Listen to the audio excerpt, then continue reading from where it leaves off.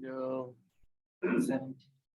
So we need to modify this one for Say again? we need to modify this for Dijkstra's.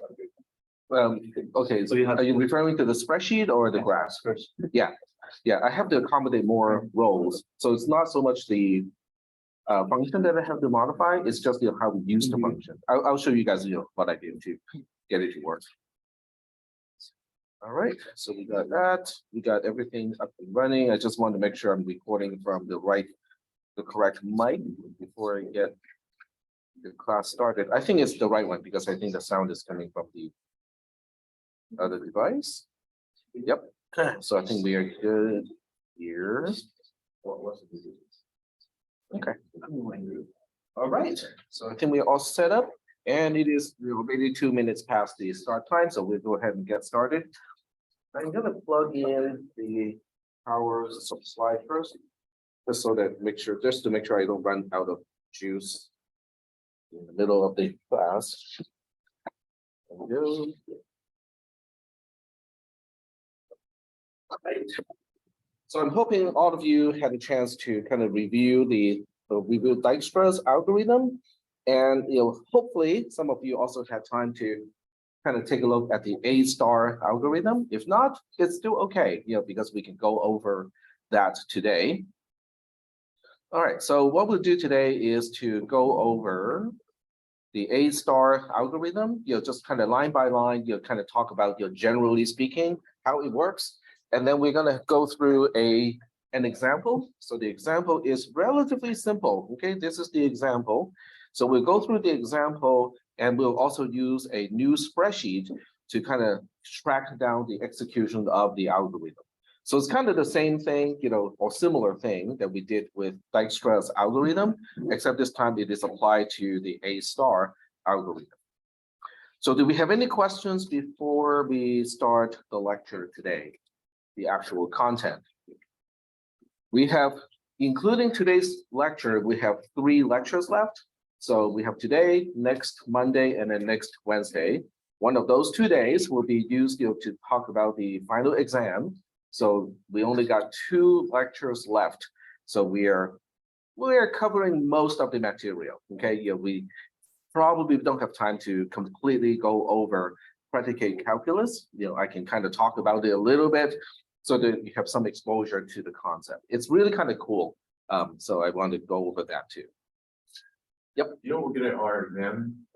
I'm in the process of grading, so I'm thinking next Monday should, or sometime before next Monday should be done. Yep, I do apologize for the delay, but over the past week or so, just a lot of stuff has happened, and the department chair part of my responsibilities has taken quite a bit of a hit. All right, so this is the graph is represented the same way. You're given the graph, okay? So that part is the same as Dijkstra's algorithm. You have a distance function mapping the edges to non-negative real numbers. That is also the same as Dijkstra's algorithm. But unlike Dijkstra's algorithm, as we talked about in our class, you have to designate a particular vertex as the start vertex or the origin. So the start vertex and the origin mean exactly the same thing, but you have to designate exactly one of them, one of the vertices as the starting point. And unlike Dijkstra's algorithm, you also can only designate one of them as the destination vertex. So we're doing okay so far at this point, just noticing what is common and what is different so far between Dijkstra's algorithm and the A-star algorithm. Okay. Then we move on to the heuristic function. The heuristic function, technically speaking, is mapping pairs of vertices to non-negative real numbers as an estimate of the length of a path between the 2 vertices. So that's in theory, but we really do not need to know the entire map like this, because we really just need to know from every vertex to the destination vertex. So only a very small subset of the heuristic function is really needed in order for the algorithm to work. So just want to make that clear.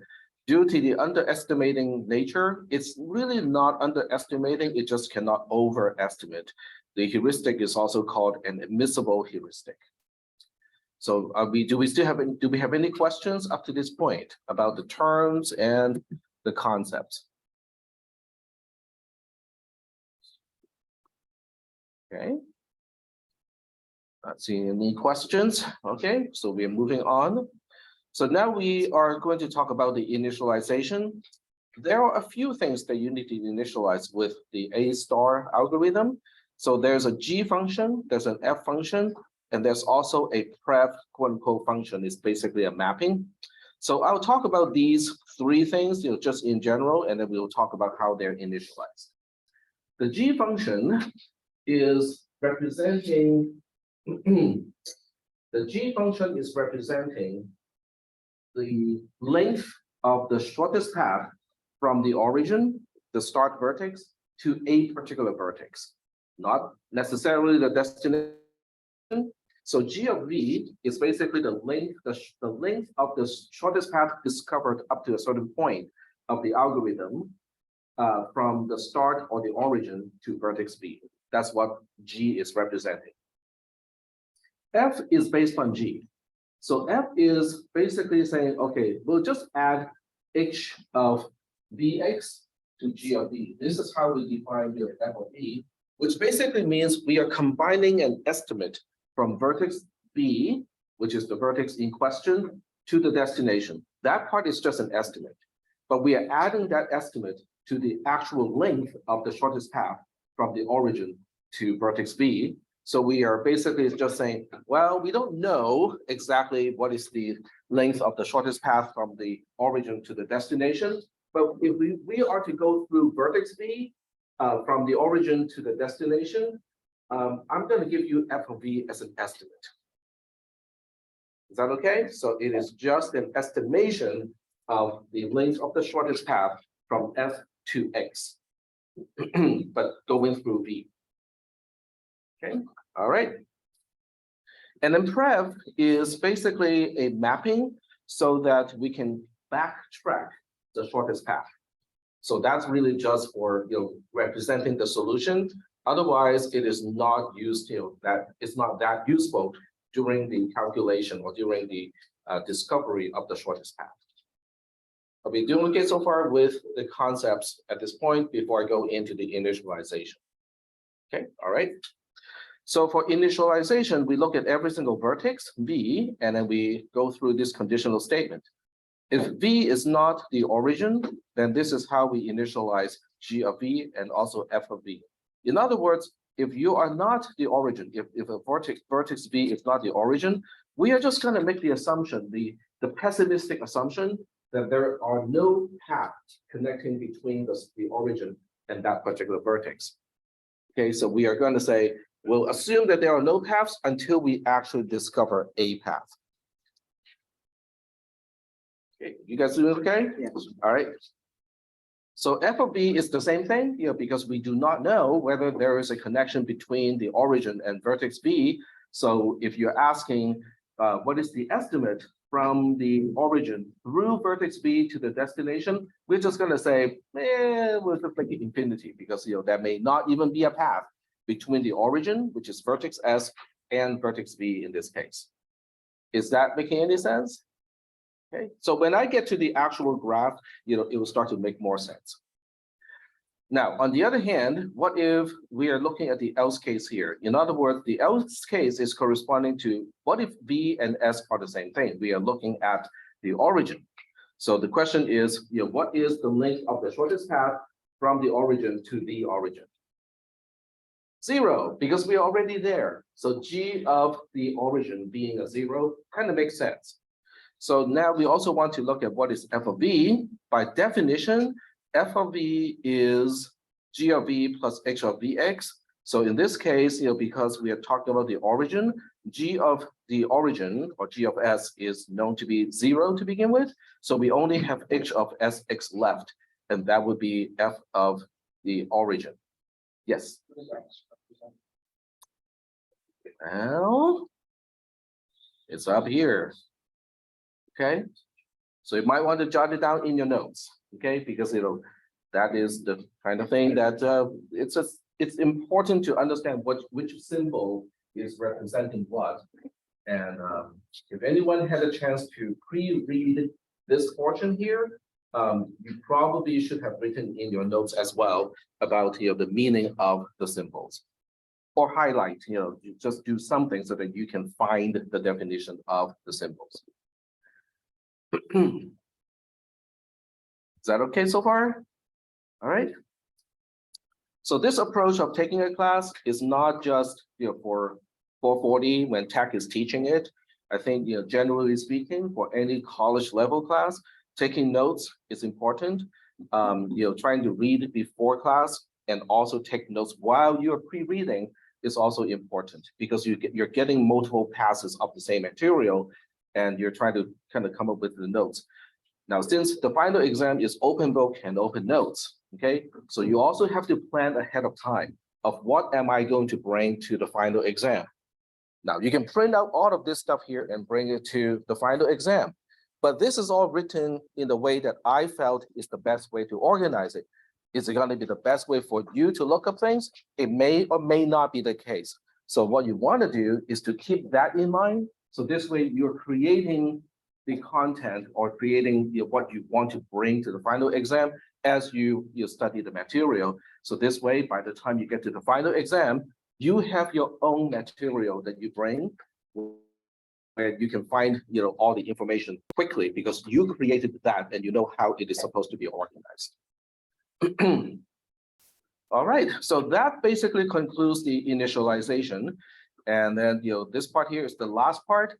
The set O is kind of doing the same thing as set Q in Dijkstra's algorithm, except this time we are starting with the origin. We're not starting with the destination vertices. So I made that point on Monday already, but this is basically a confirmation of that. All right, so what we'll do is we'll take a look at the graphical representation of a graph that we are going to use as an example for today. And then we'll go ahead and actually run the algorithm on the side. All right, so we have vertex A, B, C, D, E, F. There are 6 vertices. And I think I made a mistake in the spreadsheet, so I'm going to have to go fix it. But in the process of fixing it, you guys will also understand how to get the spreadsheet to work for you in your homework assignment. But just focusing on the graph. The solid arrows are basically edges, okay? They do exactly the same thing as in Dijkstra's algorithm. So the solid arrows are edges. So you look at this and go, well, but what about the dotted ones, the ones that are not solid? Those are representing heuristic values. Okay, so graphically, I'm basically saying the heuristic value to go from vertex B to vertex F is 2. The heuristic, of going from vertex C to vertex F is 1. The heuristic of going from vertex D to F is 2. Going from 1 to F, E to F is also 1. And then the heuristic of going from vertex A, which is our origin, all the way to the destination is 6. So those are all estimates. Now, if you're trying to ask, so how do you determine that the heuristic of going from A to F is 6? Well, I'll give you this answer. I'm trying to trick the A-star algorithm as much as possible, so that we are just going to go like, yeah, let's see if you can get the right answer when I'm trying my best to misguide the algorithm to consider the wrong paths. Okay, so I'm doing the same thing that I did with Dijkstra's algorithm, except this time it is not just the weights or the distances of the edges that are important. We also have to figure out the heuristic value to do that. So I think I got that. Okay, I think I got a really tricky one here where the A-star algorithm is going to go like, oh, I think this is the shortest path. This is the most promising. Go like, oh, no, it's not. So it's going to go through that a few times. All right. So do we have any questions about how to read the graph itself? Solid line are edges. Dotted lines represent heuristic value going from one vertex to another vertex. And that's about it. Okay, the double circle is basically just graphically showing you that this is our origin. This is the start vertex, which is S in the representation, and the square or the rectangle is telling you this is our destination, which is the vertex X, in the representation of the algorithm. Other than that, do we have any questions about how to read the graphical representation of a graph? No questions? All right. So the key is also, in the document here, a solid circle is an edge, a dotted arrow is a heuristic value, a double circle is the origin or start vertex, a rectangle is the destination, a circle is a general vertex. And then this is note to self, okay? It's not intended for you guys, but I found it and I know I would have forgotten by the time we get to the lecture. So this is how I'm gonna enter the infinity symbol, cool, in Google Sheets. So that's note to self. All right, so now we're gonna go to the spreadsheet because I forgot that I have 6 vertices and it only had columns for 5 vertices. You can see how we only got vertex A to E. So we're going to have to fix that. So for those of you who have a mobile device, or you're doing this online already or remotely, you can actually go to the same document. It is in the shared folder called 2023-0503 A star. So it can be helpful, if you're already there. I'm not sure exactly whether it's helpful or not. So what we need to do is I need to add a new column to the right here. I need to add a new column to the right here. And I also need to add a new column to the right here. And then we just label that one F, okay? And just for visual purposes, I'm going to merge these. So I go to Format, go to Merge Cells, and merge all of that. Same thing over here. I mean, just graphically, it just looks better that these things all belong to the same function. So this is just eye candy, but I think sometimes eye candy can be helpful when we're trying to understand what is happening. All right. So the only thing now I have to change is this particular function here. So this is a function that I wrote. Okay, its only job is to go through all the cells from A4, which is this particular cell here, to the last cell of T all the way to the bottom, which is the wrong reference now because it is actually up to you. So that would be the first thing that I need to adjust is it has to go to U.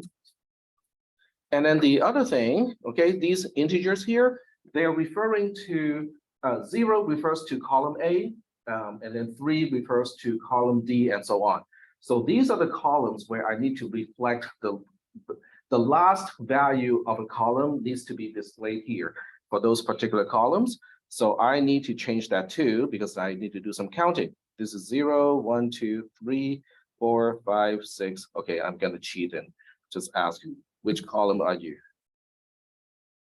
That's column 21. Okay, so now I know how to fix this. So I just need to make sure we have 3, 4, 5, 6, 7, 8, 9, 10, 11, 12, 13, 14, 15. Okay, so we just need to add 18, 19, and 20. It's not 21 because the counting here is 0 oriented, and this column number is 1 oriented. Okay, so now we got the whole thing set up, and we can get started. So do we have any questions at this point of how the spreadsheet is set up? Okay. If anyone is interested, not that I'm expecting anyone to be, you can go to extensions and go to app scripts. You can then understand how last as a function within JavaScript is written. So for those of you who just kind of want to know how things are done, you can do that. And since this document will still be available after the final exam, you don't have to do it now. You just put it on a list of to-dos, and after the final exam, you can go like, okay, I want to figure out how tech did this thing in the spreadsheet. If you're taking a CISP440, you can actually spend days to try to understand how the assembler is done using a spreadsheet, how tech can abuse a spreadsheet to do something that it really is not designed to do. All right, so we'll get started. So the first thing we need to do is to make sure all the previous are undefined. So we'll just go ahead and use U and F to basically signify that these are undefined. And G and F are basically infinities except for the origin. So A is the origin. So that's why one of these is a 0, the other one is not. Yes. Sorry, do that thing where you took a picture of the graph and. put it- Oh, yeah, absolutely. Okay. And we'll do that. Okay, the shape, okay, I know how to do this. Okay, so we'll do a quick screenshot. See, when I was in college, there's no such thing as doing this.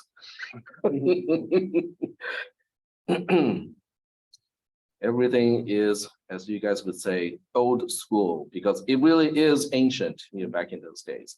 So we want to display this all the time, always on top, like so. And then we switch back to the spreadsheet. And when we do that, we're gonna have to get a few, make sure that we can see all the columns. So I'm gonna make it 100% instead of 125%. So there's a way to put this graph here. And then we can even maximize, and I think that's F11 on the spreadsheet or on the browser. There we go. So this way I can just maximize the area on which I can write stuff. All right, so A is the origin, so the G value of A is going to be 0, but the F value of A is not going to be 0 because it is going to be the heuristic value going from A to F. It is always going to be an underestimate of the actual length of the shortest path. So I'm going to use 6 over here. So I put the 6 here. And then for everything else, it's going to be infinity. So I'm going to use that trick that I reminded myself earlier, which is Control-Shift-U to enter a state, to enter a Unicode character. And the Unicode character is at 221E. And then press the Enter key. So now we got the infinity symbol. And for those of you who are basically saying, so does that mean that I can use this for every Unicode character, including all the Klingon characters? The answer is yes. So at the end of a mathematical proof, and if you do it in a Google Doc, instead of using the square or QED to indicate the end of a mathematical proof, you can find out how to express kapla in Klingon and use that to say this is the end of the proof. And of course, your professor may not be very happy about that. If I were a student, I want to try that at least once. All right, so O is initialized to be just the set of the origin itself, which in this case is vertex A.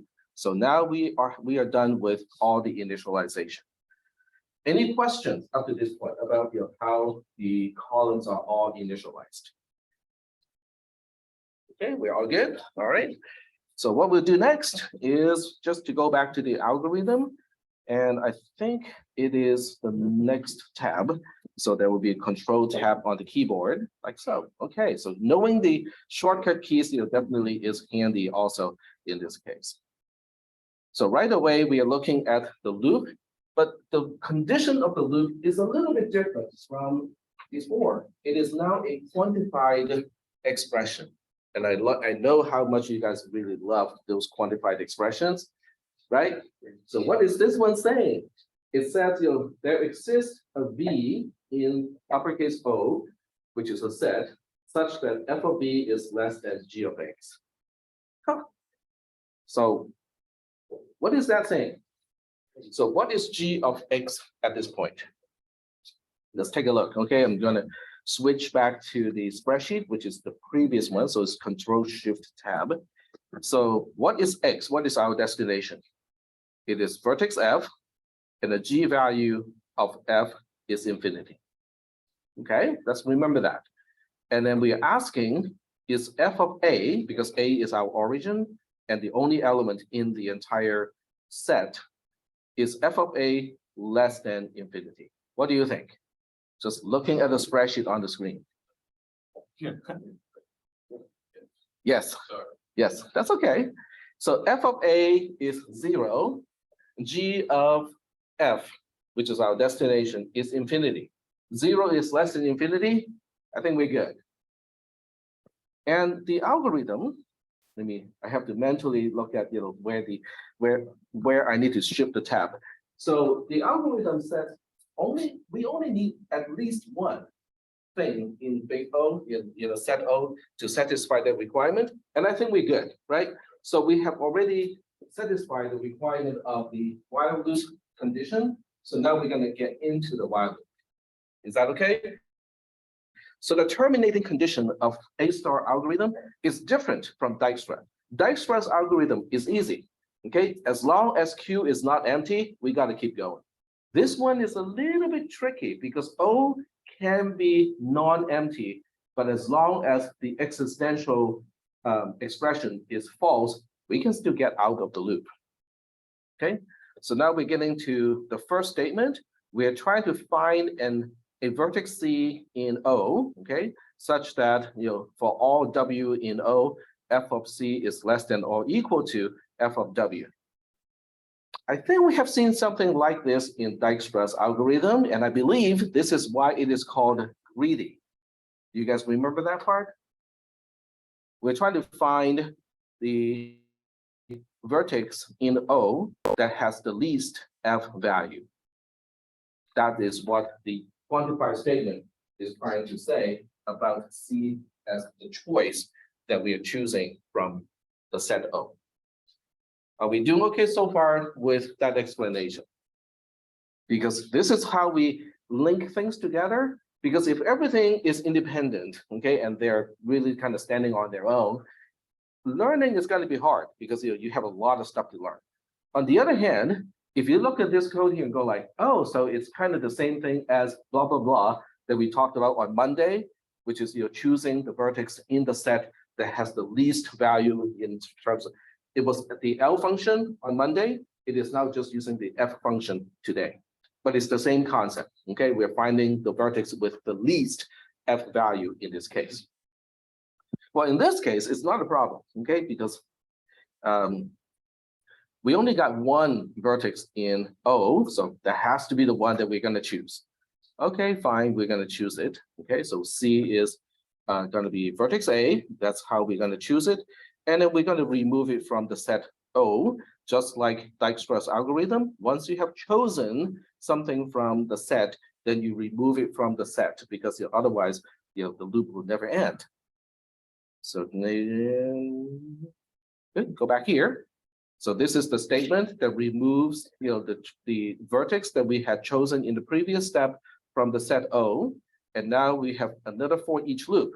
In other words, oh, so it really is doing about the same thing as Dijkstra's algorithm, except instead of looking at incoming edges to the vertex that we have chosen, we're now looking at outgoing edges from the vertex that we have chosen. How do we know that? Because it says for each neighbor n of E such that Cn is in E. C is the chosen vertex. So this n is the destination of an edge. And that's why I call this a outgoing edge from vertex C. Is that okay? Are we doing okay so far? All right. So that means, if you look at this graph here, variable C is vertex A, and we are trying to look at all the outgoing edges of vertex A. How many are there? We got 5, very good. So we have the edge AF, going through all the way around here. We have the edge AB, the edge AC, the edge AD, the edge AE. So there are 5 edges that we have to consider. The ordering of which edge you want to consider first is not important. So we can go in any order that we want. So you guys just have to tell me which one you want to explore first.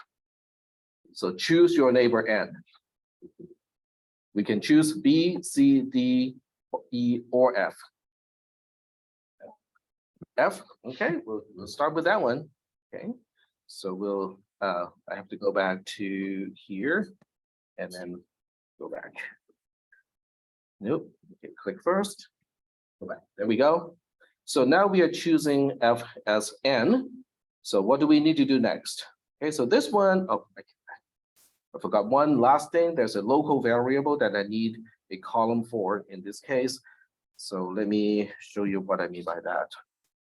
We have this local variable t, that does a little thing. Because all it does is to store the sum between these two things, so that this way I can just refer to that in here and also here.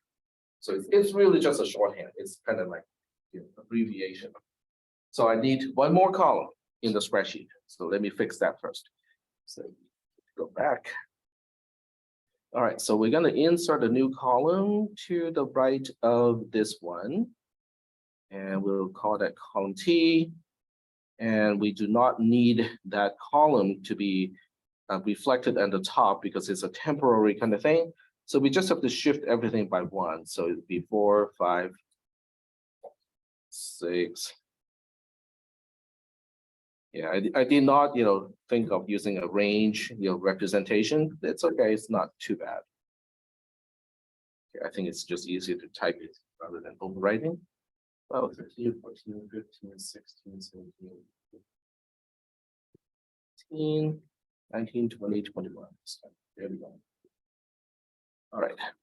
All right, so what is T? T is the G value of C plus, I take it back. It is, okay. It's the G value of C plus the distance of the edge of Cn.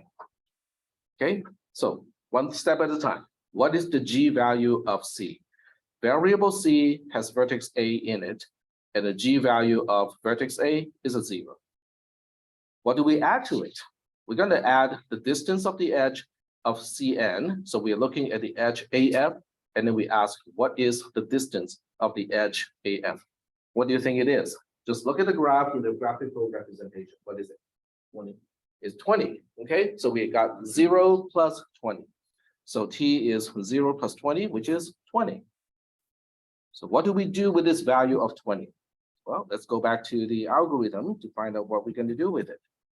So we are using T and compare that to G of n. Okay, so we're comparing to determine whether T is less than G of n. So now we go back to the slide here and go like, is it? What is C of n? N is vertex F. And what is the G value of vertex F? Infinity, very good. So is 20 less than infinity? Okay, so we have to go into the then branch of the conditional statement. So now we go back to the algorithm and find out what we need to do in the then branch of the conditional statement. This is the conditional statement. So the first thing we need to do is to add n as a vertex to the set O. Okay, we can do that. So we're going to add F to the set. So now F is an element of the set O. That's the first thing. And what about the second thing that we need to do? The second thing we need to do is to remember the previous of vertex N is vertex C, because I need a way to backtrack. So, okay, so now we go back to the spreadsheet and say, okay, what is N? N is vertex F. And then we go to the prev of F and say, hey, in order to get to vertex F, we are going from vertex A to vertex F according to what we discovered. Are we still doing okay so far with all of these updates? Okay. Yep. Professor, for the F of B, C, G, and why is it infinity? Why did we use the heuristic value? For the F Because we have not discovered any edges or paths between the vertices from A to B, C, D, E, F. So that's why we are just going to be we will say the length of the shortest path between those two will be infinity because we have not discovered any edges or paths initially. All right, so that's one. And then we go back to the algorithm again. And then we have the next statement, which is G of n gets T. Okay, G of n gets T. So we go back and say G of n is F. So that means we're gonna have to update this one. And what are we gonna update it to again? 20, very good. Because 20 really is the length of the shortest path that we have discovered up to this point of running the algorithm. That's what the G value is representing is what is the length of the shortest path to, in this case, vertex F, up to this point of the algorithm. And that's going to change as we run the algorithm. And now we also have to change F. F is always G of F plus the heuristic of F to F in this case. So what do you think is the heuristic of F to F? It was not actually displayed in the graph, but what do you think it's going to be? It's going to be a 0. There's no choice but to use a 0 because it has to be non-negative, okay? But at the same time, because the length of the shortest path from a vertex to itself is a 0. So it cannot be negative, and it can be at the most 0. That locks down the value to be just 0. So we are looking at 20 plus 0 here, which is really just 20. In other words, we are at this point of running this algorithm, we are concluding that the length of the path from vertex A to vertex F going through vertex F is 20. That's basically what the update that we have just done is saying. Are we okay so far? Okay. So we are now done with the first iteration through the for each loop. Now we have to go for another iteration. So which outgoing neighbor do you want us to explore as the next one? It doesn't have to follow any particular order. So whatever outgoing neighbor that we have not explored yet is eligible here. Okay, want to look into B? Okay, so that's fine. We look into B. So if we're looking at the edge AB, what do you think is the value of T? Do you remember how we compute T?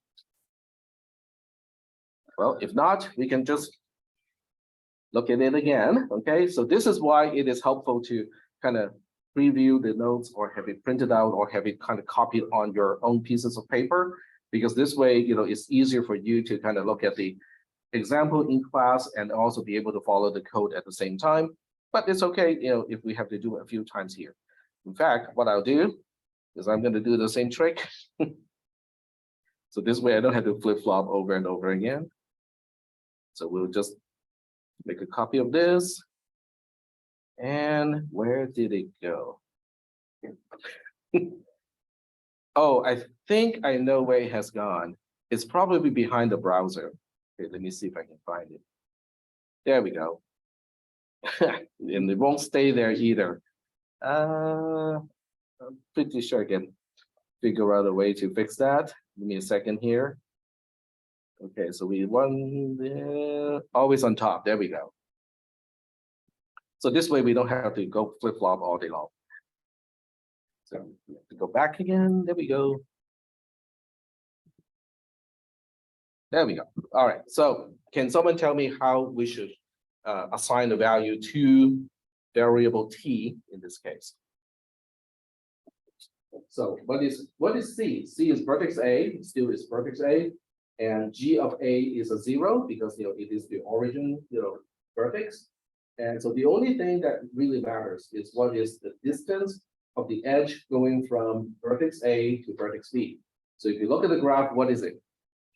It's 12. Okay, so 0 plus 12 is just 12. Okay, and then what do we do? What do we do with T? We are comparing T to the G value of n as a variable. So we are looking at G of B, which is now currently infinity, and we're asking whether 12 is less than that. What do you think? It is. Okay, very good. So we only got a few things that we need to do, right? The first thing is to update the pref function. And we say, in order to get to vertex B, we are going from vertex A. And then the second thing we need to do is to update the G function.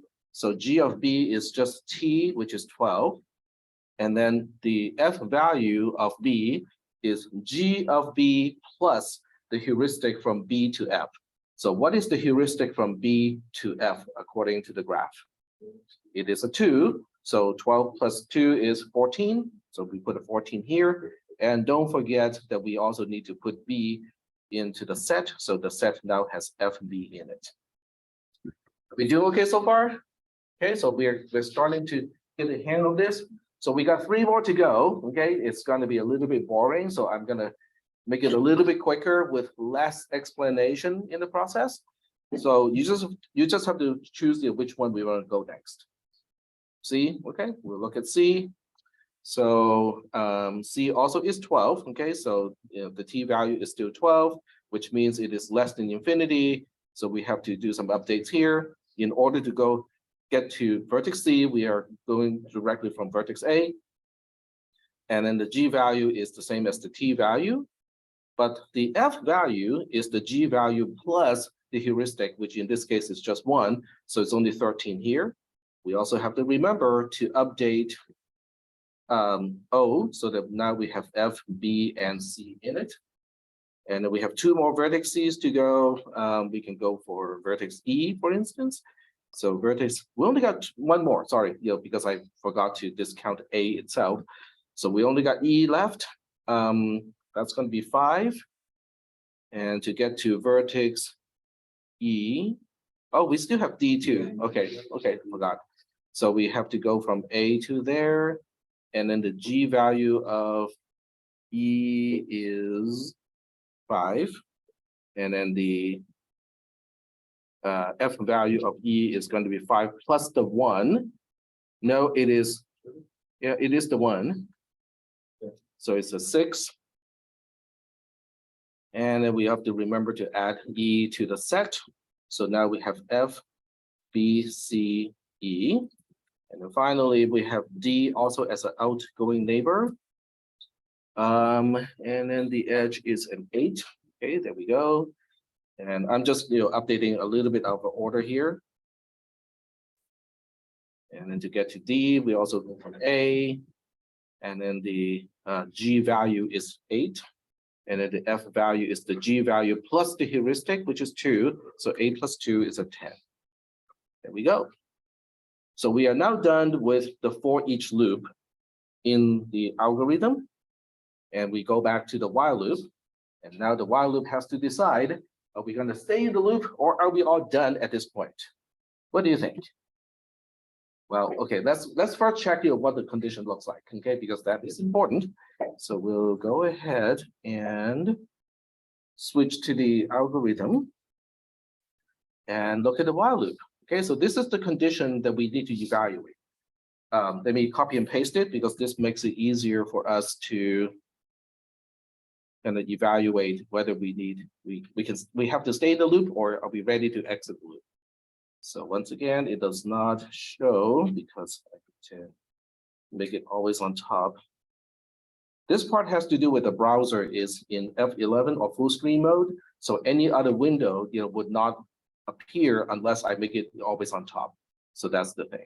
So we are now evaluating this condition based on the state of the variables that is in the spreadsheet like this.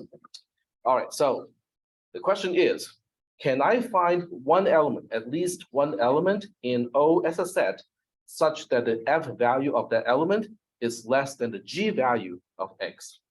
Question is, what is the G value of X? X being the destination. The destination is vertex F, so the G of X is 20. So I'm really asking, is any of the F value of the elements in O less than 20? Well, let's see who's in the set. It's everybody except for A, right? So not counting the F value of A, which is 6, we look at everybody else, we go like, yeah, we got a few candidates here. In fact, they're all candidates because 14 is less than 20, 13 is less than 20, 10 is less than 20, and 6 is also less than 20. The only one that is not less than 20 is the F value of the destination itself, which is also in the set. So what is that telling you about the existentially quantified expression? Is it true or not?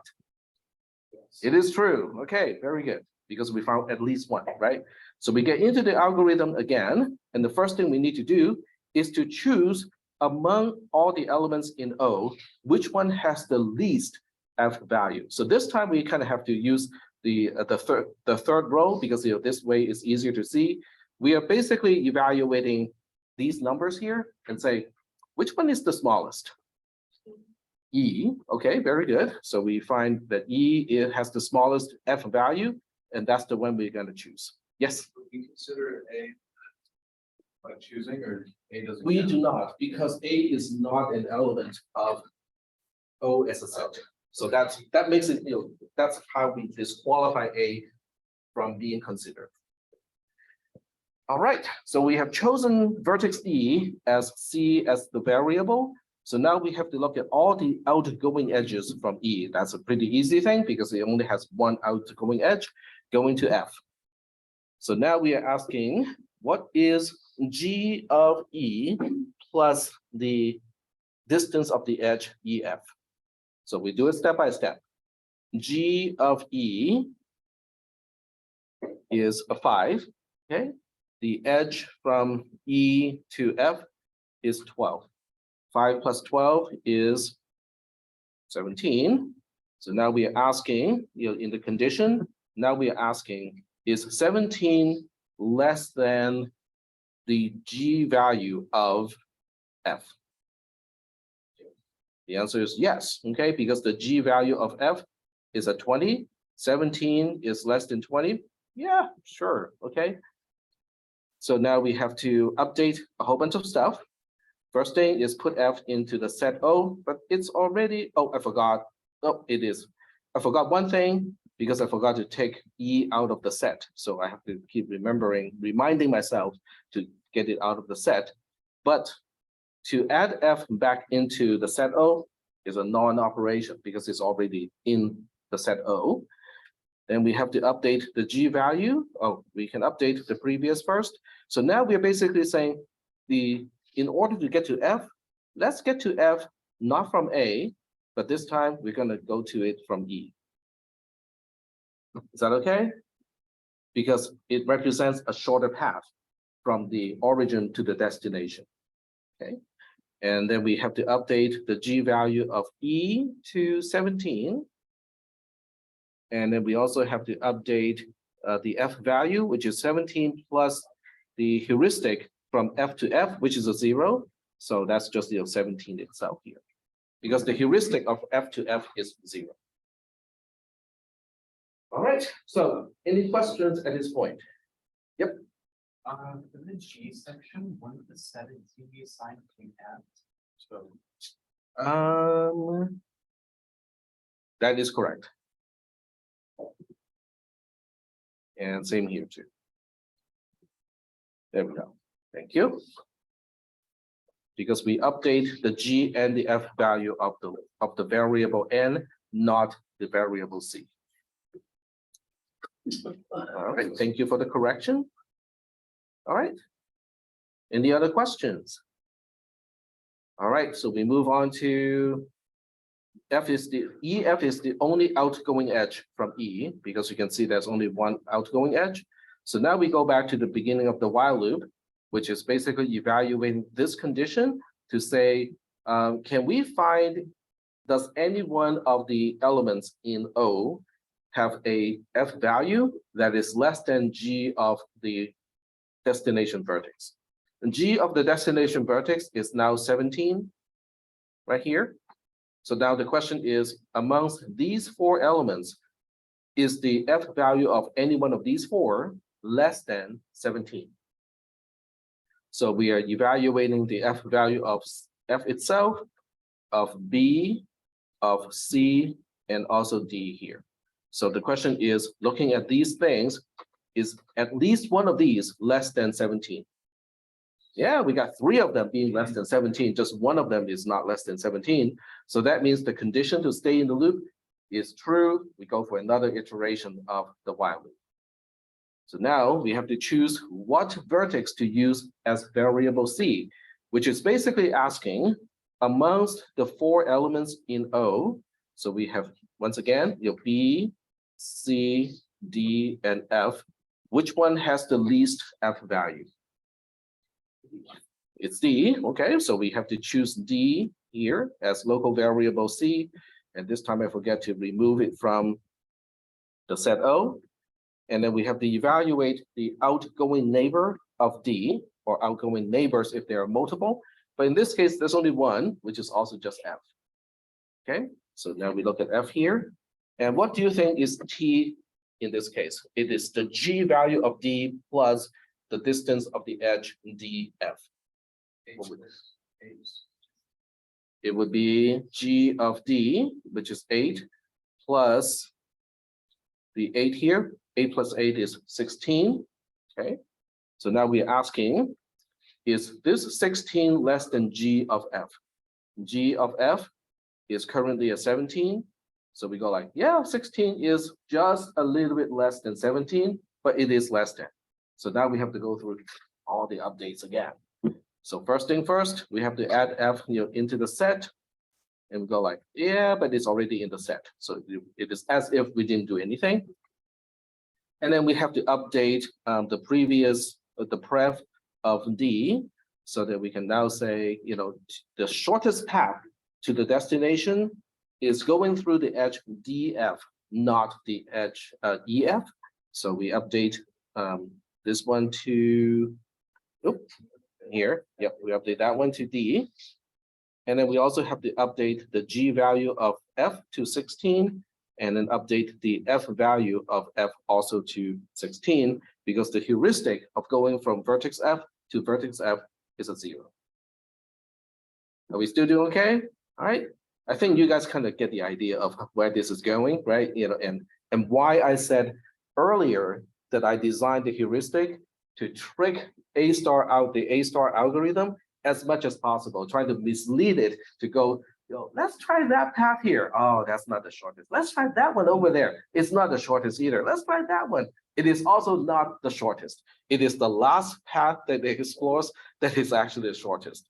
In other words, the heuristic in this case is designed to 100% misinform the algorithm. But even with that, it will still find the shortest path. So that really is the idea of this demonstration. All right, so getting back to the while loop, is this condition still true? Okay, it is, because the G value of F is 16 at this point, and then the F value of the 3 remaining elements is F, B, and C.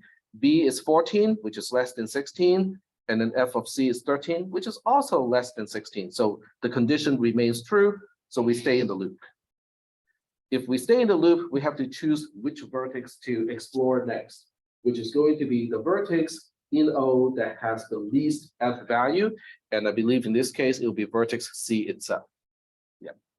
So we choose vertex C to be variable C, and then we have to do one thing here, removing it from the set O.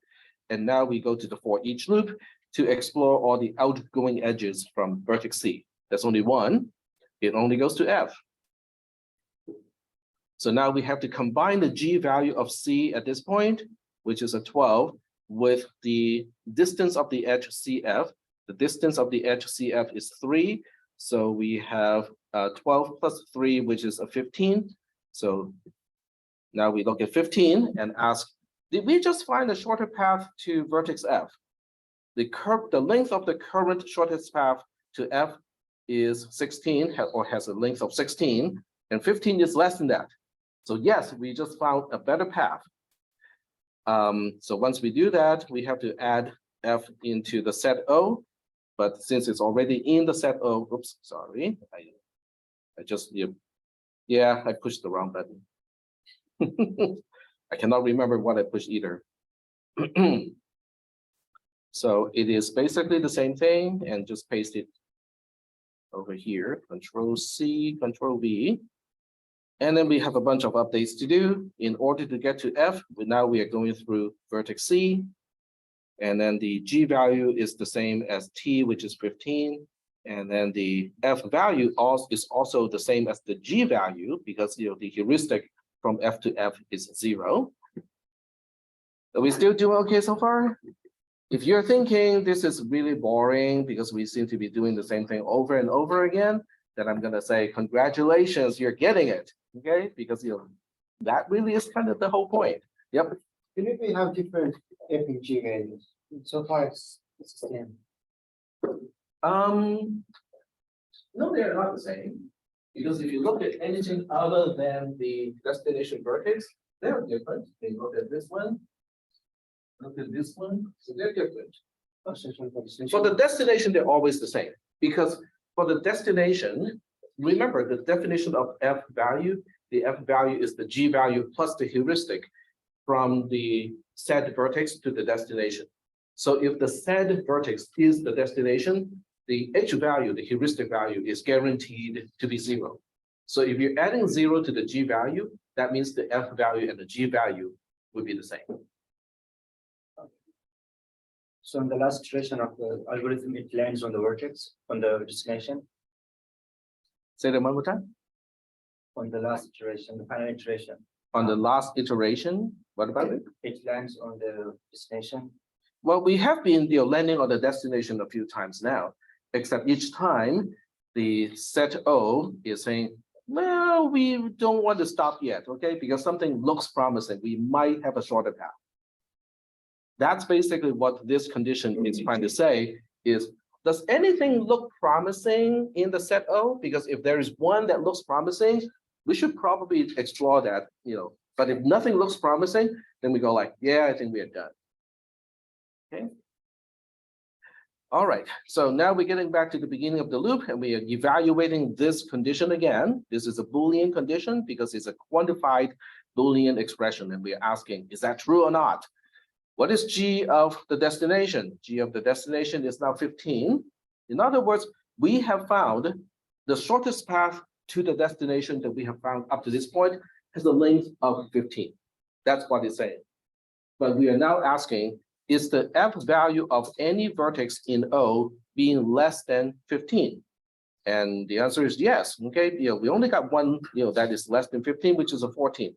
But what is this 14 meaning? What does it mean? It basically means that potentially,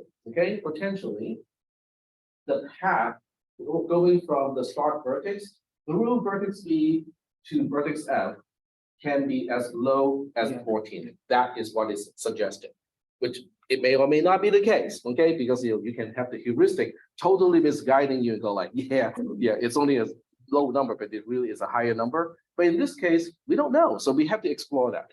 So that means, in this particular iteration of the while loop, we're going to choose vertex B to be the vertex to explore, and then we remove it from the set. And then the only outgoing edge, once again, is going to vertex F.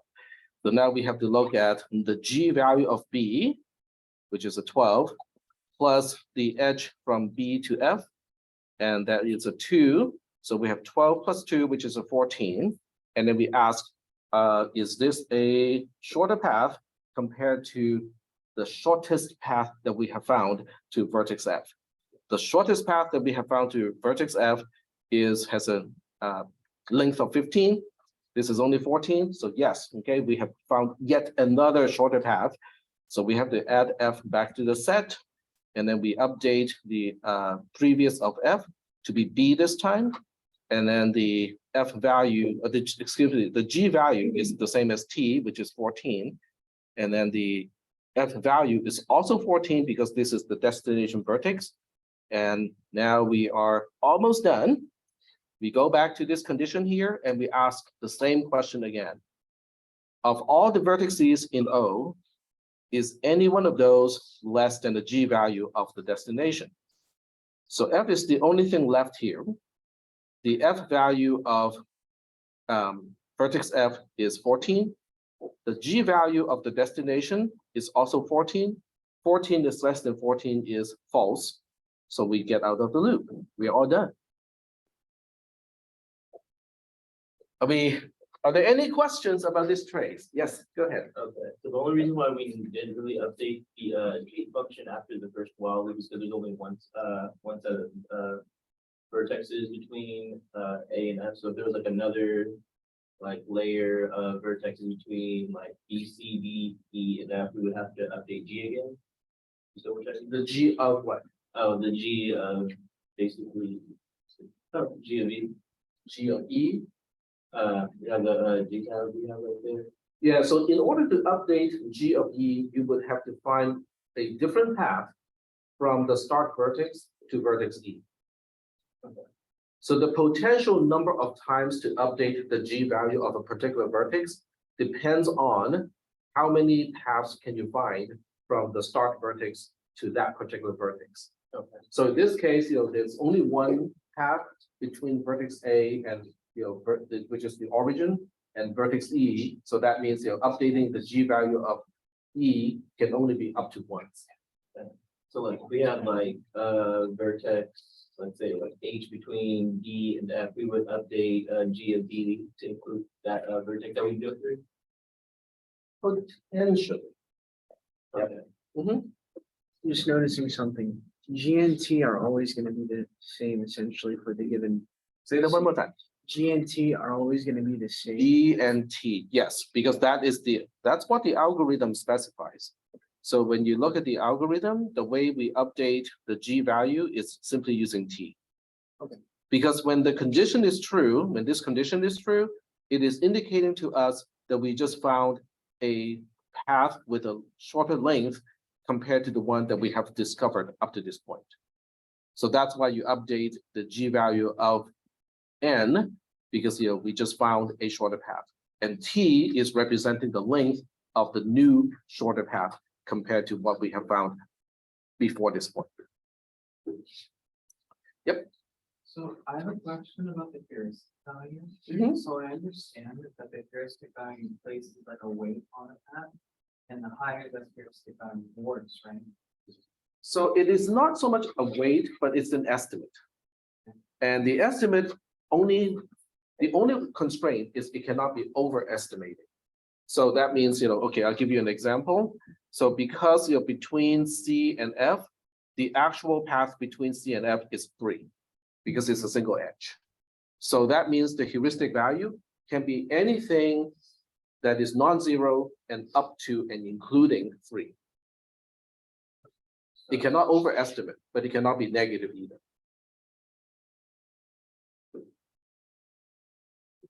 Those are the constraints of the heuristic value. Now, as to why I chose the values that I use here, is because I really wanted to show you how you can try to trick the A-star algorithm by giving it really crappy heuristic value. But as long as they meet the constraint of not overestimating, they will still work. So it's just an arbitrary value. In this case, yes. What would it be in case of like real world, like traffic? Or... It depends on the problem. So remember the map problem that we talked about in class? So in the map problem, then the distance of a straight line between the 2 points would be a very reasonable and useful heuristic because it's easy to compute, guaranteed not to overestimate, and it is relatively useful because it's a fair number to use. So in that particular application, the distance of a straight line is a good heuristic value to use. Okay, so it'd be like, so the distance would be the path along like I-80 from here to Folsom, but the heuristic would be to place a dot here and a dot at Folsom and the other straight line. That is correct. Yep. Go ahead. I think you had a. That was basically the same question I had. Oh, okay. All right. Well, that's good. I mean, we have when multiple people are on the same thing, it's always kind of a good thing. All right.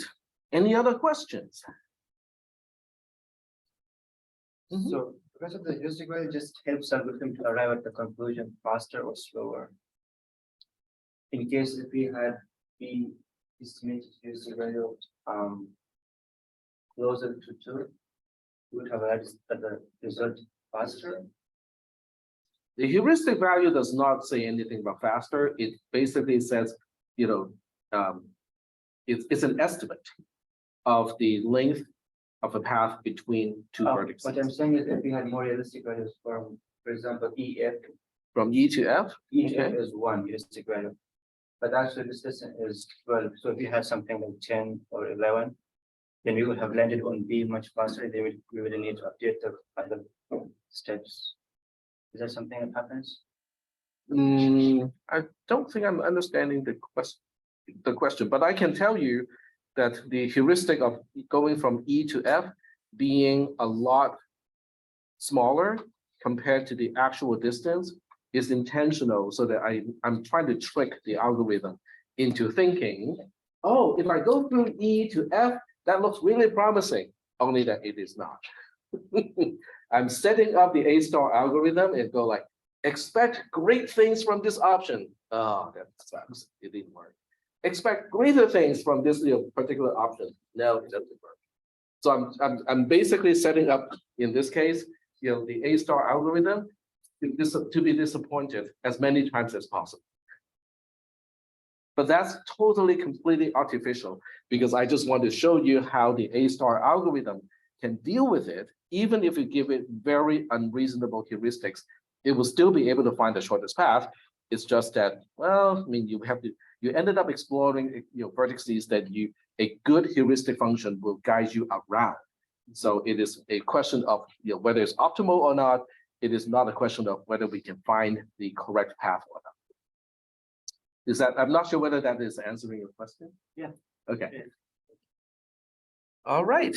So we are basically done with both algorithms to deal with finding shortest paths.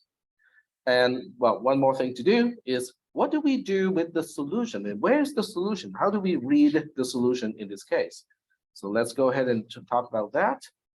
The solution is all in the pref function. So the way you find the shortest path is you start with the destination.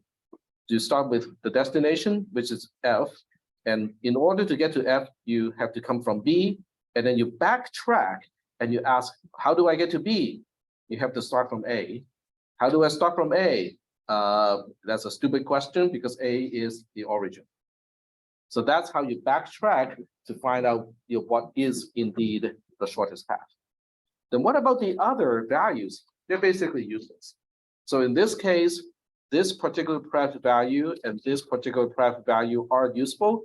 The other three or the other four are basically useless in this case. But since you're starting with the destination, the other pref values would not even be used to construct the shortest path from the origin to the destination. Does that make sense so far? Are there any questions about this demonstration of the A star algorithm? Yep. Display the solution. How would you then display the solution? To display the solution, so what you do is you follow the pref, right? So you basically highlight, the edge from B to F, which is from here to here. And then you backtrack B and say, how do I get to B? The previous of B is A, so you also highlight this particular edge here. I'm not sure whether that is explaining the solution or not. Well, I didn't necessarily mean display the solution graph, but textual.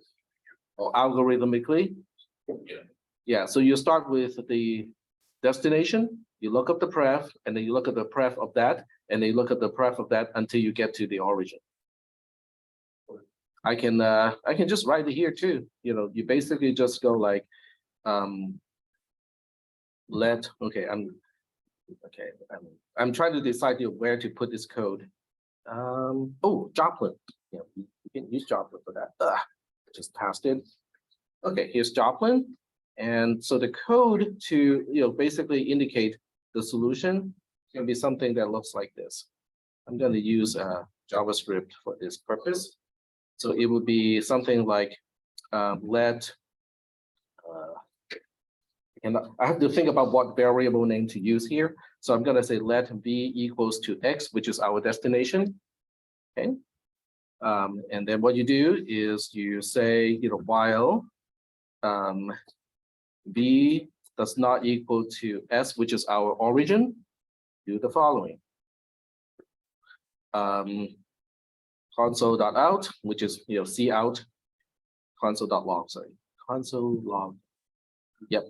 Okay, so you basically output the tuple, and that's going to be okay. Let me do one more thing here. So we'll say w equals to the pref of v, and the console log is just going to output the edge. Okay, so to output the edge in this case, it will be from w to v.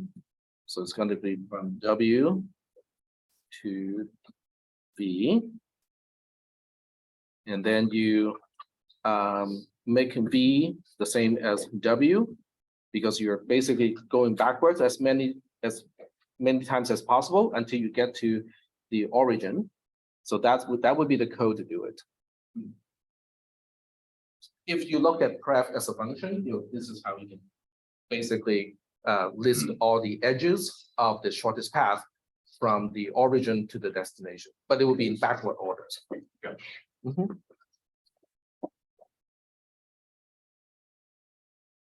So, great question here. So what if you say, the tag, I don't like to read the edges in a backward order. I want to look at things from the forward order. How do we fix this?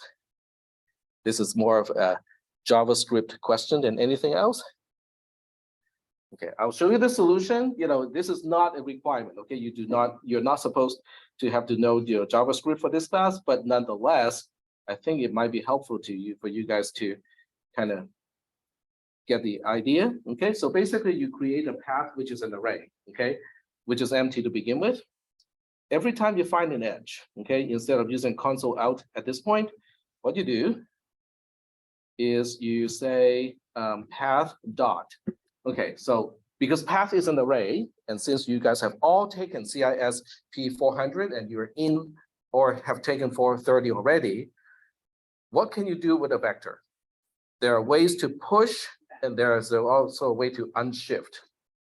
So can anyone describe the differences between unshift versus push? It has to do with where are we putting in a new element into an array. Push is always at the back. In other words, you're appending to the end of an array. Unshift is adding it to the beginning. So in this case, we want an unshift because we want to insert to the beginning. So we basically say unshift, and it's going to be a tuple, okay, because an edge is a tuple, which is the same thing as an array. So we have the previous, which is the starting point, and then v is the ending point. And then when this is all done, okay, when the while loop is all done, what we end up with is an array, where the first element is going from the origin to a vertex, and the last element is ending at the destination. So it's already in the right order. So in that case, all you need to do is to say console.log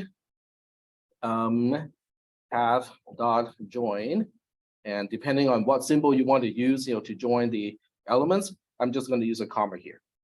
So this way, it will give you the string that lists the edges in the correct order. The leftmost one is starting from the origin, and then the rightmost one will end at the destination. How many people actually can write programs in JavaScript in this class? Okay, very few, if any. Okay, so I highly recommend, if you have time, okay, to learn how to program in JavaScript. I would say it is as useful as Python. Python arrays or vectors probably have exactly the same methods as well. So both of those are more concise and easier to use compared to C++. C++ is great if you want efficiency, okay? But actually, I take it back. If you really want efficiency, you want to go for C, not C++. So C++ is a trade-off between efficiency and also flexibility. But JavaScript and Python are extremely good with algorithms like what we are talking about. I'm not sure about Python, whether it has set as a built-in type, but in JavaScript, set is a built-in type. Now, it cannot deal with a set of sets. It cannot deal with a set of vectors, not natively, but you can extend to it, okay? So I wrote some code to extend it. But if you just need to have a set of numbers, it can deal with it easily. So that means, for something that we are dealing with here, which is just dealing with a set of vertices, and the vertices are just strings, it can natively do it. So that means you can actually write your algorithm like A star and also Dijkstra's algorithm quite easily in JavaScript. Yes. Yeah, Python does have sets and tuples. Oh, okay. So that makes it easier. But how extensive is the set operation? Can it deal with adding? Can you deal with a set of vectors? I'm not sure, it's been a while, but Yeah, I don't think it can do it because it probably can limits to what type of elements it can check for duplicates. So if you try to insert two vectors as elements into the same set, it would do it because the two vectors have different addresses. So as long as they don't have the same reference, it would be considered two different elements. So that's what I think it would do. I'm not 100% sure, but that would be the behavior in JavaScript. All right. So anything else? I mean, we still got 3 more minutes. So I can give you a preview of what we are going to do next week. We will review for the final exam. And I will do that 1 week before the final exam. Does anyone know when the final exam is? I have found it already, and I made a calendar event. Is it Monday? Monday. Okay, so if it is Monday, then we're going to use Monday to review the final exam, which means we're going to use Wednesday to talk about predicate calculus, which also means that is not going to be a part of the final exam. Now, it doesn't mean it's useless, okay? Because I know most people are like, oh, that means I can miss the class on Wednesday. Well, yes, you can do that. But I think predicate calculus or Prolog, I'm going to use Prolog to illustrate predicate calculus. It is fun, okay? I'm going to use ancestry as an example, and I can use Jedi's and versus Siths also as an example. But it's a really kind of cool querying language. It can do a lot of things to do reasoning, okay? It represents in a particular approach to AI back in the past. And it is almost the extreme opposite of AI today. So if you look at ChatGPT and you compare that to Prolog, they are extreme opposites of each other in terms of how they look at AI and the approach to it. So that's going to be next Wednesday. Next Monday is going to be a review of the final exam. All right, so that means if you guys can review all the material since the second exam, and try to just kind of go over all the stuff and find out what you want me to kind of clarify, that would be great. Okay. What would be the final exam? Everything at the beginning or just from Okay, so the final exam is not intentionally comprehensive, which means symbols like these, okay, expressions like these will be used. Okay, you're still expected to understand the quantified expressions, set notations, and stuff like that. But the focus will be on the topics that we introduce after the second exam and exclude predicate calculus. So that would be graphs. What did we talk about? Discrete probability is going to be a big chunk, and then graphs. The big old notation thing, I think I mentioned in class, it's really hard for me to make questions for that. So that's not going to be in the final exam. Not that it is not important, it's just that in our final exam, I'm not going to put anything. All right. Do you look at the document, 2023, 419? We don't have a software. You look at. Push that thing, push that thing. But I think that's. I can also send you the document later. If you just let me know, send me emails. I can always send it to you. What date again? 19. 19? Yeah. Okay. Yeah, go ahead. Quick question, because I worked on the assignment yesterday, and I just had a question about one of the, like for Cause between the Duke's destination, E, like A goes from freight to E as a destination. Let me turn off the recording first. It's still going.